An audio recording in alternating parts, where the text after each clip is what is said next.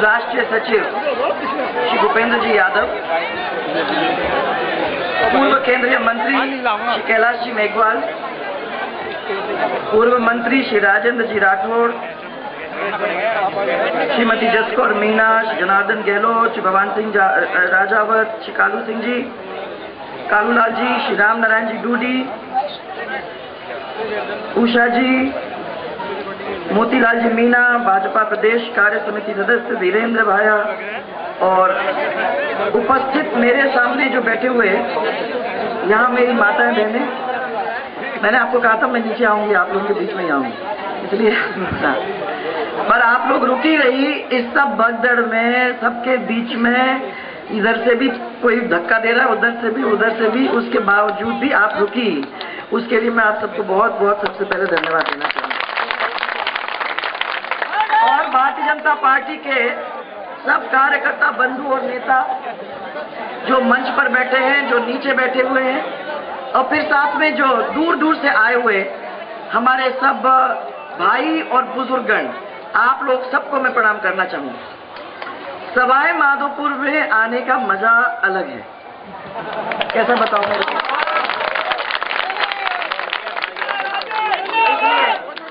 कल आई तो मैं कल, और ये सोच के आई कि सबसे पहले मैं जाऊंगी ऊपर चढ़ के गणेश जी के सामने जाके अपना सिर झुकाऊंगी, वहीं से पूरे क्षेत्र की राजनीति होती है। और गणेश जी हम मुखिया, पीले चावल पहले वहां दिए जाते हैं और वहां दे के फिर जनता के बीच में दिए जाते हैं। जहां भी जो भी कोई बड़ा काम करने जाता है सबसे पहले गणेश जी पे जाता है।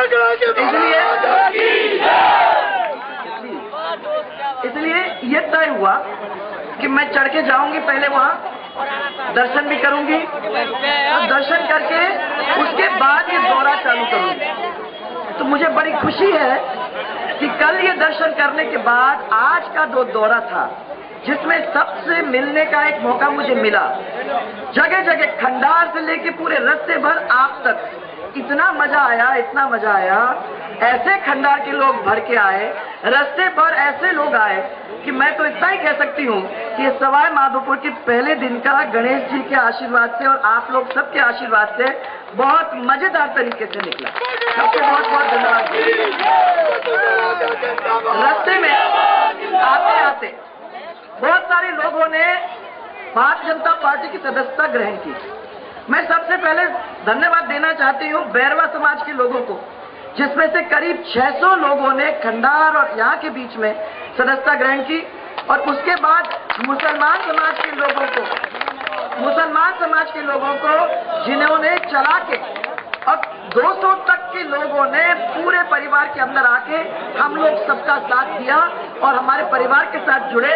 तो मैं सबसे पहले उनको भी बहुत बहुत धन्यवाद देना चाहती हूँ। मुसलमान समाज के लोगों, बहुत बहुत धन्यवाद आप लोगों को। मुझे बड़ी खुशी है क्योंकि मैंने हमेशा आप लोग सबसे यही कहा है कि हमारा परिवार एक ऐसा परिवार होना चाहिए जिसके अंदर 36 के 36 कौम और सब मजहब प्यार से जी सके। मैं देख रही हूँ कि पूरा हिस्ट्री, अगर आप इतिहास उठा के देख लो तो देखोगे कि कांग्रेस का इतिहास तो वो है जो कहते हैं चला के कि अगर आदमी को गरीब रखो, अगर आदमी के बीच में दीवारें खड़ी कर दो, अगर मजहब के बीच में झगड़ा तनाव पैदा कर दो, अगर जातियों के बीच में दीवारें खड़ी कर दो और परिवारों में भाई भाई का झगड़ा करा दो, तो कोई भी व्यक्ति आके आपसे ये नहीं पूछेगा कि हमारा विकास आगे क्यों नहीं गया।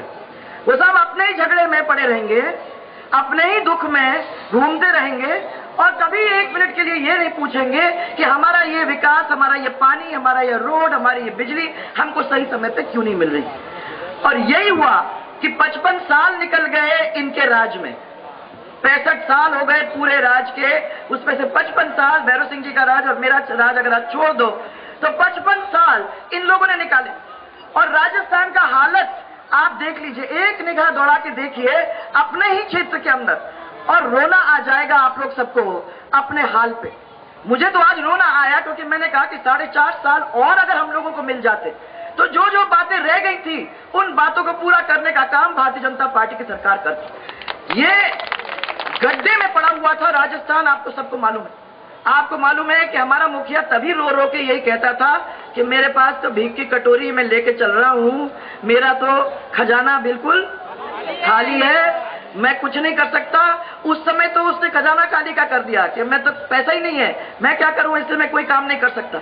और मैंने आप लोगों को तब भी कहा कि ये कभी नहीं हो सकता, सरकार के पास तो हमेशा पैसा होता है। ये तो इच्छा शक्ति की जब कमी होती है ना, और जब काम नहीं करना है कहीं, तब आदमी ये कहता है कि मेरे पास पैसा नहीं। पैसा सब कुछ था। हम लोगों ने उस राजस्थान को ही अपने पैर पे खड़ा किया कि नहीं किया? आप लोगों को बिजली जो बिल्कुल कभी भी नहीं मिला करती थी, ऐसी स्थिति में ला के रख दी कि माताओं बहनों को 20-22 घंटे बिजली घर के अंदर मिलती थी, पहली दफा राजस्थान के अंदर। और किसानों को 6-7 घंटे बिजली मिलने का काम हम लोगों ने किया। हमने चला के ये कोशिश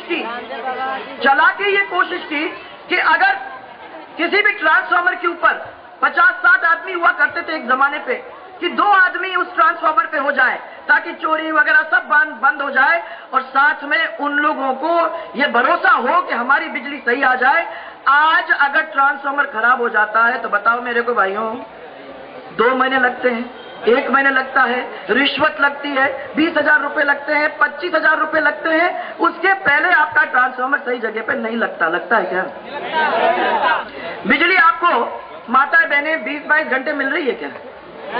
जो मेरे पास खबर आई है वो 4-5 कभी 6 घंटे तक बिजली पहुंचती है, तो बहुत गनीमत है। किसानों से मैं पता करना चाहती हूँ कि आपको 6 और 7 घंटे बिजली मिल रही है क्या? मैंने पता किया पूरे रास्ते भर, तो लोगों ने कई जगह पे कहा कि 2 या 3 घंटे बिजली अगर मिल जाती है तो गनीमत है। किसान तो रोता है। एक किसान ने खड़े होकर ये कहा कि हमको डीएपी की जरूरत होती है तो यूरिया आ जाता है, और यूरिया की जरूरत होती है तो डीएपी आ जाता है। हमारी ये स्थिति करके रख दी है सरकार ने कि बीज आता है तो वो नकली आता है, पानी हमको नहीं मिलता सही टाइम पे, बिजली हमको सही टाइम पे नहीं मिलता है। तो पहली दफा हम आत्महत्या के कगार के ऊपर आके खड़े हो गए। ये राजस्थान में कभी नहीं था। आज आदमी को पेड़ की छाल खानी पड़ रही है, ये राजस्थान के अंदर स्थिति है। कितनी शर्म की बात है।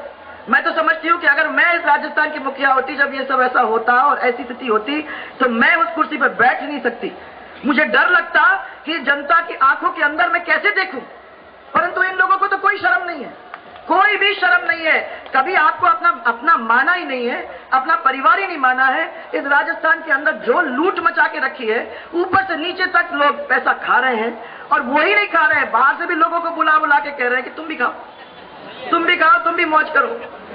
पूरा आपका बीकानेर, जैसलमेर और बाड़मेर, 3 बड़े-बड़े जिले आपके राजस्थान के, उसके अंदर एक व्यक्ति रॉबर्ट वाड्रा, नाम सुना है उसका? कौन है वो? जवाई। उस जवाई को तो जो जमीन चाहिए थी वो सब जमीन दे दी, और उस जवाई ने ली कौड़ी के दाम और बेचा अनाप शनाप पैसे में। और आज वो तो करोड़पति तो क्या अरबपति बन के चला गया, और राजस्थान का किसान जो 1 बीघा जमीन मांग रहा है, 2 बीघा जमीन मांग रहा है, बीपीएल का है, ऐसे लोग बेचारे, उनको अपनी जमीन देने को सरकार कतराती। मैं ये पूछना चाहती हूँ, ये तमाशा बना के रखा हो, क्या है बात? क्यों जात को लड़ा के रखा है? क्यों मजहब को लड़ा के रखा है? क्यों राजस्थान को इस गरीबी के अंदर रखा हुआ है? महानरेगा की बात मैं आपके सामने रखना चाहती हूँ। महानरेगा जब हमारे समय के अंदर थी तो राजस्थान पूरे देश के अंदर पहला नंबर का प्रदेश था, पहला नंबर का प्रदेश था।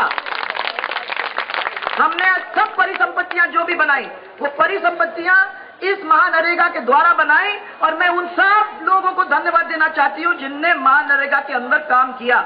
26 लाख से ज्यादा लोगों को नौकरी मिली, और लगातार और सही तरीके से 100 रुपए जैसे मिलना चाहिए था वैसे उनको मिले। आज इनको पूछो, 1,25,000 लोगों से ज्यादा लोग महानरेगा में नहीं लगे। क्यों नहीं लग रहे? क्या बात है? और अगर पूछो मजदूरी कितनी मिलती है, तो कहा 22 रुपए, कहा 37 रुपए, कहा 40 रुपए, और एक केस में तो 1 रुपया। शर्म नहीं आती? 1 रुपया, ये तो अखबार में आया हुआ। ये महानरेगा का काम है। मैं पूछना चाहती हूँ कि जब कोई प्रदेश का मुखिया होता है तो वो सबको साथ लेके चलता है, चाहे वो किसान हो, चाहे वो व्यापारी हो, चाहे वो नौजवान हो, चाहे वो महिला हो, सबको सुखी करने की वो कोशिश करता है। परंतु आज वो स्थिति है, महिला तो रोती है, कहती है कि मैं सुरक्षित ही नहीं। अगर मेरी बेटी बाजार भी जाती है घर छोड़कर से, तो मैं बैठी हूं कि भाई कब वापस लौट रही है, घड़ी देखती हूं कि आती है कि नहीं आती है टाइम पे। आज मेरी ये स्थिति बन गई। बैठी बैठी है महिलाएं, क्या है स्थिति? वो सब लोग डर डर के करती है। महिला बिल्कुल असुरक्षित है, सड़क पे जा नहीं सकती है। आज स्थिति अभी गुलाब जी ने आपको अच्छी तरह से बताया क्या स्थिति है। किसानों की क्या स्थिति है मैंने आपको बता दी। व्यापारी मालूम नहीं, ये युद्ध पे युद्ध जो क्या है, युद्ध पे शुद्ध चल रहा है। वो भी एक, मुझे पहले जब मैंने सुना मैंने कहा चलो ठीक है, इसमें तो व्यापारी भी जुड़ेगा, सब लोग जुड़ेंगे कि भैया अच्छा काम हो जाएगा तो कोई मुसीबत नहीं। बाद में लगा कि ये एक और रास्ता है लूटने का, एक और रास्ता बन गया लूटने का, और मौज मस्ती चल रही है। शुद्ध पे युद्ध, शुद्ध पे युद्ध सुन के सबके कान पक गए हैं। कोई शुद्धि तो आई नहीं है कहीं। युद्ध जो चल रहा है और युद्ध स्तर के ऊपर जेब भरे जा रहे हैं, वो तो देखा जा रहा है। ये पूरे इलाके के अंदर मेरे को देखने को मिला। ये शर्म आती है जब मैं देखती हूँ कि पीने का पानी नहीं मिल रहा। आज खंडा से चल के मैं रास्ते पे आ रही हूँ तो लोग कह रहे हैं 48 घंटे में 1 घंटा, वो भी मुश्किल से। और अगर मैंने यहाँ तो पता किया तो यहाँ मेरे को मालूम हुआ कि पेयजल नगर के अंदर सिर्फ 30 मिनट के लिए पेयजल की आपूर्ति, ये सही है क्या? मैंने वहां तो 1 घंटे मिल रही है, 48 घंटे में आपको यहाँ इतना बड़ा शहर और उसमें 30 मिनट सिर्फ दिन के अंदर आपको मिलता है। और अगर बिजली बंद हो जाती है तो भूल जाओ पानी को, भूल जाओ। कौन आ रहा है पूछने को? छोड़ो जी, पानी नहीं मिलता तो बहुत अच्छी योजना। अच्छा, ये चंबल परियोजना को रोक दिया, मंडरायल योजना जो भी थी वो भी अधूरी पड़ी रही। मैं तो देख रही हूँ कई ऐसी योजनाएं हैं जिनको हमने चालू किया था, उन योजनाओं का शिलान्यास भी हो गया था, उसको रोक के खुद आके शिलान्यास कर गए, अपना अपना पट्टा उस पर लगा दे और फिर उसके आगे उसको नहीं बढ़ाया। मैं ये पूछना चाहती हूँ कि जो भी कार्यक्रम हमने किए, हमने हमेशा उसके पैसे उसके अलग रखे और कहा, सबको कहा कि मैं ये वायदा तब तक नहीं कर सकती हूँ जब तक मैं पैसा आप लोगों के लिए उसके लिए अलग से नहीं रख पाऊं। पैसा अलग रख जाती थी, उसके बाद उसका फीता कटवा के उसका पत्थर लगवाती। और या तो मैंने देखा उसको तो बंद कर दिया, उसका पैसा कहीं और इस्तेमाल कर लिया, उसका फिर पत्थर लगा दिया और उसके बाद वैसे के वैसे ही छोड़ दिया, कोई काम उससे आगे बढ़ा ही नहीं। शहर के अंदर चिकित्सा की क्या हालत है। मैं जयपुर के अंदर आज ये यात्रा लेके इसलिए आप लोगों के बीच में आई हूँ क्योंकि यात्रा को मैंने बहुत कुछ सुना कि बहुत अच्छे अच्छे काम इस सरकार ने आप लोगों के बीच में किए हैं। तो मैंने कहा इतने अच्छे काम हुए हैं तो हम जनता के बीच में जाएं। 80 दिन की यात्रा 13,000 किलोमीटर में पूरे लोगों से एक दफा मुलाकात करके आंखों में आंखें डाल के उनसे पूछे कि तुम खुश हो क्या। तो मैंने कहा पूछना शुरू किया। आज मैं आपसे भी पूछूंगी कि यहाँ वो तो बताया जाता है कि सस्ती दवाई, मुफ्त दवाई आप लोगों को मिलेगी, मिल रही है? मिली होगी। मुफ्त जांच हो रही कि नहीं हो रही? मैं तो ये देख रही हूँ कि चिकित्सा का हाल आप लोगों के हॉस्पिटल के अंदर तो बहुत ही मुसीबत, बिल्कुल बेहाल हो गया है। विशेषज्ञ चिकित्सकों का पूरा अभाव, सही है? विशेषज्ञ तो है ही नहीं आपके यहाँ। सीटी स्कैन के ऑपरेशन की व्यवस्था नहीं, सोनोग्राफी का जो मशीन है वो अक्सर बंद ही पड़ा रहता है, सही है? गंभीर रोगियों को अक्सर रेफर कर दिया जाता है, तो फिर ये अस्पताल की जरूरत ही क्या है? और मैं देख रही हूँ आज दिन भर, हमारे समय के अंदर तो गांव गांव तक रोड जोड़ने का हम लोगों ने काम किया। आज मैं पूछते हुए आ रही हूँ तो पूरी सड़क की जो हालत खराब है, और वो मुझे सब कह रहे हैं कि डिलीवरी के लिए हम लोगों को अपनी महिलाओं को अपने वहां नहीं कर सकते, उनको लाना पड़ता है यहाँ सवाई माधोपुर में। और ऐसा खराब रोड है कि मेरे को तो आंसू आ गए जब मैंने सोचा कि किसी महिला को इस रोड के ऊपर से आप लोगों को सवाई माधोपुर लाना पड़ता है। क्या हालत हो रही होगी गांव के अंदर उन लोगों। एक मिनट के लिए मैं सोच के मैं दंग रह गई कि इन्होंने इतनी तक भी नहीं की है। कोई आता नहीं, कोई पूछता नहीं। मैंने लोगों से पूछा, कोई आए, दौरा किया, उन्होंने कहा नहीं ये मंत्री जी तो आते हैं पर बस इसके सिवाय और कोई नहीं, हमारा कोई यहाँ एक और काम भी नहीं होता। एक एक बेड के ऊपर यहाँ 2-2 मरीज। तो मैंने रेफरल हॉस्पिटल आपको इतना बढ़ाने के बावजूद भी ये आपके अस्पताल की स्थिति है। मैं पूछना चाहती हूँ, कोई बड़ा काम नहीं है, ये तो छोटे छोटे काम है। इसमें 200, 400, 300 करोड़ नहीं लग रहे, इसमें तो छोटे पैसे लग रहे हैं। और ऐसे छोटे पैसे को नहीं लगा के जनता के बीच में जाके उसका काम नहीं करते हैं तो ऐसों को तो उस कुर्सी पे बैठने का कोई हक नहीं है।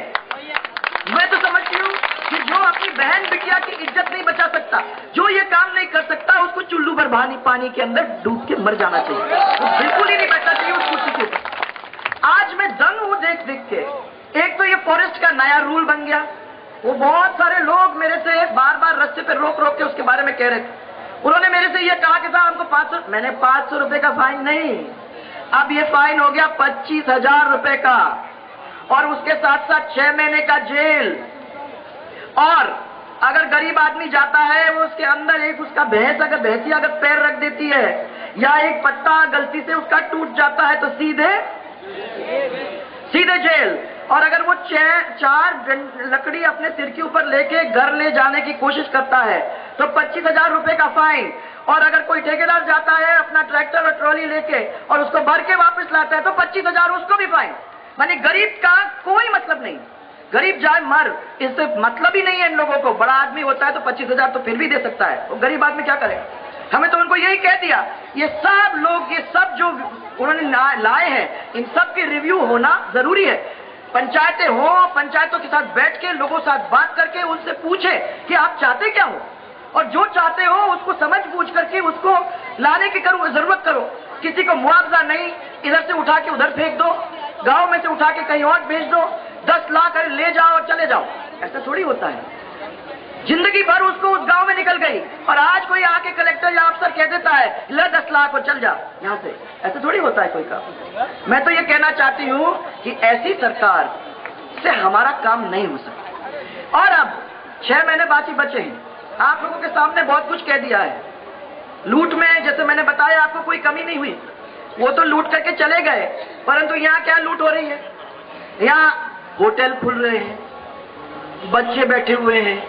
कोई कहता है कि ये बच्चे को हमने वकील अपना बना लिया है, जो कभी वकालत करे नहीं है उसको लाखों रुपया, करोड़ों रुपया वकालत में मिल रहा है। जो परिवार के लोग हैं उनका कोई माने आगे पीछे क्वालिफिकेशन नहीं है, परंतु वो टीचर के लिए, आपके प्रोफेसर के लिए आराम से कॉलेजेस के अंदर उनकी भर्तियां हो रही है। हमारे बच्चों की भर्तियां नहीं होंगी, पर इनके बच्चे तो आराम से कॉलेजेस वगैरह में आराम से जा सकते हैं। मैं बताना चाहती हूँ आप लोगों को, माताएं बहनें, कि हम लोग चाहते क्या है। हम लोग चाहते हैं कि हमारे घर के अंदर जो छोटी छोटी चीजें वो हम लोगों को मिले। हमारी बिजली मिल जाए, हमारा बच्चा पढ़ ले, बीमार हो तो अस्पताल ले जा सके, उसको भोजन हम अच्छी तरह से दे सकें, उसको बड़ा कर सके और आखिर में जाके उसको नौकरी मिले। ये हम लोग सब चाहते हैं। हमारे सरकार के अंदर हमने कह के 10 लाख नौकरियां, सरकारी और गैर सरकारी, अपने 5 साल के अंदर अगर हम दे सकते थे तो ये 4,000, 6,000, 10,000 नौकरी निकाल के हम लोगों के ऊपर कौन सा एहसान कर रहे हैं, ये तो बताएं। हमारे बच्चों का क्या किया है उन्होंने, आज दिन तक क्या किया है। और बार बार यही कहते हैं कि हम तो संदेश निकाल रहे हैं, हम तो आपको सब मदद करने को तैयार हैं। जो आदमी ने 4.5 साल तक किसी का भला नहीं किया, वो क्या 6 महीने में भला करके रख देंगे। अब बहुत अच्छी बात मैं बताना चाहूंगी आपको, अब हमारी यात्रा शुरू हो गई तो आपके भी काम कुछ न कुछ हो ही जाएंगे, अब उसकी चिंता मत करो। 50,000 का मैंने सुना कि जो मकान गुलाब जी बोल रहे थे, कह रहे हैं कि उसको 70,000 मिलेंगे। अब उनको लगा कि भैया मुसीबत हो जाएगी तो बांटो, पेंशन बांट दो, बांटो लैपटॉप बांट दो। अरे आप अगर खड़े होके कह दोगे कि भैया मेरे को एक सोने का मकान बना दो तो वो भी हाँ कह देंगे, सोने का मकान भी मिल जाएगा। अगर आप कह दोगे कि भाई यहाँ से एक दूध की नदी निकाल दो, सवाई माधोपुर का कल्याण हो जाएगा, बोलेंगे उसकी चिंता ही मत करो, तुम तो वोट दे दो, उसके बाद तुम देख लो कैसे दूध की नदी बहती है, क्या मजा है। मैंने ये सोच रखा है इन्होंने कि ये सब हम जो यहाँ बैठे हुए ना, हम लोग सब वैसे ही है, हमको कोई दिमाग नहीं है, हम कोई सोच नहीं सकते हैं। यही है सब पूरे दिमाग वाले कि हमारे बीच में आएंगे और हमको ये सब पाठ पढ़ाएंगे और हम कूद के उनके साथ पढ़ जाएंगे। मैं आपको फिर से कहना चाहती हूँ कि हमको 55 साल मिले, 5 साल के अंदर हम लोगों ने आपके यहाँ फर्क दिखाया। हो सकता है इसका मतलब, अगर कोई चाहता है। लगा हुआ क्षेत्र आपका मध्य प्रदेश का है, लगा हुआ क्षेत्र आपका वो छत्तीसगढ़ का है। दोनों मुख्यमंत्रियों ने 10 साल के अंदर अपने प्रदेशों को कहां से कहां पहुंचा दिया, वो जाके देखो। और जो यहाँ सबकी रिश्तेदारियां हैं, सब लोग जानते हैं, आते जाते हैं, सबको मालूम है कि मध्य प्रदेश और छत्तीसगढ़ के अंदर क्या हुआ। इधर देख लो गुजरात, गुजरात में 15 साल दिए, 15 साल के अंदर कैसा काया पलट हुआ है। या देश के अंदर नहीं, परंतु दुनिया के अंदर अगर नाम है किसी का तो वो है गुजरात, और गुजरात के मुख्यमंत्री का नाम मैं कहना चाहती हूँ कि वो कर सकते हैं। अगर 15 साल के अंदर उन्होंने कर दिया तो ये 65 साल लेके क्या कर रहे थे? कोई पूछे तो सही उनसे कि क्या कर रहे थे तुम? 65 साल के अंदर तो चमन हो जाना चाहिए था अपना प्रदेश तो क्या, देश तो जो करना था उन्होंने कर दिया, परंतु लगातार 55 साल हमने दिया। ऐसे समय के अंदर तो यहाँ तो चमन हो जाना चाहिए। और देख लो राजस्थान की क्या हालत, जो हमारे साथ साथ लगे लगे प्रदेश हैं वो सब बढ़ गए, बस हम ही रह गए। और कुछ हम कहने वाले नहीं है क्या कि संदेश दे के चले जाएंगे ये और हम उनकी बातों में आ जाएंगे, कि और कोई आएगा और कह देगा कि भैया तुम हमारे साथ लग जाओ। सब लोग यहाँ जो बैठे हुए हैं वो अच्छे समझदार लोग हैं, वो जानते हैं कि अपना वोट टोकरी के अंदर डालना नहीं है। अपना वोट, एक एक वोट कीमती है और वो वोट ऐसी जगह पे जाए इस बार, क्योंकि हमारे पास अब मौका नहीं है, समय भी नहीं है, हमारे बच्चे भी अब रुकने को तैयार नहीं है। सब कह रहे हैं टेलीविजन देखते हैं, यूट्यूब देखते हैं, सोशल मीडिया देखते हैं, कंप्यूटर को देखते हैं, और बच्चे कहते हैं कि बहुत हो गया, अब हमें नहीं सुनना, ये हमें तो आगे चलना है। हम राजस्थान के अंदर ऐसी नौकरी चाहते हैं, हमें बाहर नहीं जाना है, हमको यहाँ नौकरी दिलवाइए, यहाँ इंडस्ट्री लगाइए और यहाँ राजस्थान को ऐसा बनाइए कि लोग बाहर से यहाँ आए फिर से उसको देखने के लिए। एक जमाना था, राजस्थान का इतिहास इतना लंबा चौड़ा और सुंदर था कि बाहर के लोग यहाँ आते थे। आज के पर्यटक आते हैं यहाँ रोज, आप सब जानते हो, इसकी मिट्टी को छू के अपने माथे पर लगाते हैं। और आज क्या हालत हो गई है, सबसे ज्यादा चेन खिंचती है तो राजस्थान के जयपुर के अंदर। वाह वाह वाह वाह वाह वाह वाह वाह, क्या बात। सबसे अच्छी बड़ी चेन माने सोने की चेनें जो भी खिंचती हैं पूरे देश के अंदर, वो राजस्थान के अंदर और वो जयपुर के अंदर। कितनी अच्छी बात है, कितना अच्छा लगता होगा आप लोगों को जब कोई मेहमान आके कहता है कि वाह तुम्हारे लॉ एंड ऑर्डर तो बढ़िया है, जयपुर में तो ऐसे मजेदार चेनें खिंचती हैं। कितनी शर्म की बात है। हमने राजस्थान के अंदर इतिहास बताता है कि और कुछ है तो हम अपने स्वाभिमान पे मरते हैं। महाराणा प्रताप ने घास खाया परंतु अपनी इज्जत और स्वाभिमान को बेचा क्या? उसके ऊपर मर गए परंतु उनने छोड़ा नहीं। और मैं बार बार ये कहती हूँ कि ये सब हमारी जनता भले ही गरीब हो परंतु अपने इज्जत और स्वाभिमान के साथ जो खिलवाड़ करेगा उसको छोड़ेगा नहीं। बात सही है क्या? स्वाभिमान एक ऐसी चीज होती है, 5 साल राजस्थान में हम लोगों के राज के अंदर हम लोग अपने स्वाभिमान और इज्जत के साथ रहे। हम कह सकते थे लोगों को कि हमारा प्रदेश चल पड़ा, हम लोग विकास के रास्ते पे निकल पड़े। और हम आपको बताना चाहते हैं कि ऐसा हमको और समय मिलेगा तो राजस्थान को एक ऐसा सुंदर प्रदेश बना देंगे कि दूसरे प्रदेश जो कहते हैं कि हम लोग गए हुए वो सब यहाँ आएंगे और यहाँ नौकरी मांगेंगे और यहाँ राजस्थान के अंदर रहना चाहेंगे। ऐसा प्रदेश हम राजस्थान को बनाना चाहते हैं। आपने भी सपना देखा, हमने भी सपना देखा है। हम लोग दोनों जन ने ये तय किया कि एक ऐसा नया और सुंदर राजस्थान हमारे लिए बन जाए, एक ऐसा राजस्थान जिसके अंदर हमारे बच्चे, हमारे नौजवान, उनको नौकरी मिले, हमारी महिलाओं को अच्छी तरह से उसकी इज्जत सुरक्षित रहे, हमारे किसान अपने पैरों पर खड़े रह सके। एक ऐसा नया राजस्थान जिसको देखने के लिए बाहर के लोग हमारे बीच में आए। ऐसा राजस्थान चाहिए ना आपको? हमारे बच्चे ऐसे राजस्थान चाहते हैं कि यहाँ इंडस्ट्री लगे, अच्छी अच्छी फैक्ट्रियां लगे और उन फैक्ट्री के अंदर हमको काम मिले। ऐसा चाहते हो कि नहीं? आप चाहते हो ना? फिर आप लोग सब जानते हो, आप लोग अच्छी तरह से जानते हो कि अगर आप लोग सब ये चाहते हो तो हम लोगों को इकट्ठा होके ये सब दीवारों को खत्म करके 36 के 36 कौम को लेके, सब मजहबों को लेके प्यार की डोर में बांध के विकास के पथ पे इस परिवार के रूप में जब निकलेंगे तब काम होगा कि नहीं होगा ना? अगर आप लोगों के मन में ये बात है तो फिर इधर उधर काय को देखते हो? तय करो ना, हम लोग तय करो कि ये रास्ता अपना है, इस रास्ते के ऊपर अपने को चलना है और इस रास्ते पे चल के अपने को वो राजस्थान बनाना है जहां हमारे बच्चे आगे चल के फले फूले और बड़े हो, हमारा परिवार बड़ा हो। यही चाहते हो ना?